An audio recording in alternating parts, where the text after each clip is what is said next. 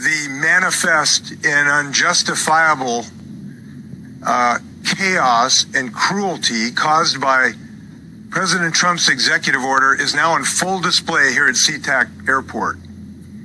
The illegality and the unconstitutionality and the religious discrimination of his executive order is now on full display at Seattle International Airport. And the gross incompetence and ineffectiveness of this action without notice to local officials whose job it is to run the airports is on full display here at SeaTac Airport. First, I want to address the gross cruelty of this.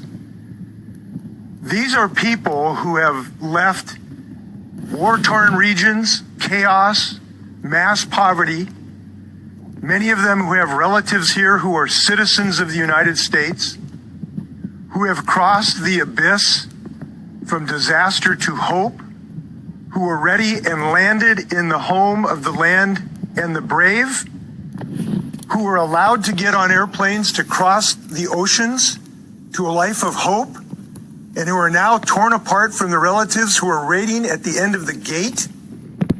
What type of inhumane attitude allows that to happen in this nation? And that is what is going on. We have a family here today who I just met, a citizen of the United States. The Donald Trump administration allowed her husband to get on a plane in Vienna, waiting to get in the arms of his wife, but didn't let him go the 6 feet across this gate to embrace his wife. What type of cruel attitude based on demagoguery and fear does that to people, to anybody? And it won't stand. Second, this is a grossly unconstitutional and highly probable illegal act. It is religious discrimination in its barest and obvious form.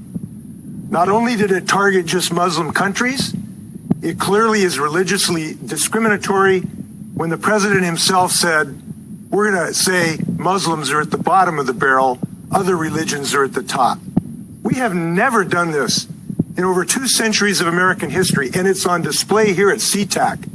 And we're drawing the line right here at SeaTac. And I hope people are doing it in airports across the country. Listen, I've seen this movie. When I got a call 2 hours ago about what was going on at our airport, I thought about the history of Bainbridge Island. I live on Bainbridge Island. 75 years ago, we saw this movie again, where because of fear, the American government issued another executive order in February 1942 that rounded up American citizens who were of Japanese American ancestry because of fear and only fear, and sent them to camps for years. I know from Bainbridge Island what fear can do, and I know that Americans need to stand up against this today across America.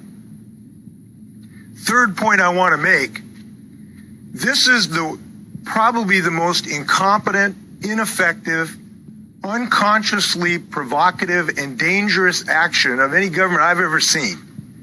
To drop this on SeaTac Airport with no notice of how to handle this, I got to tell you, these people couldn't run a 2-car funeral.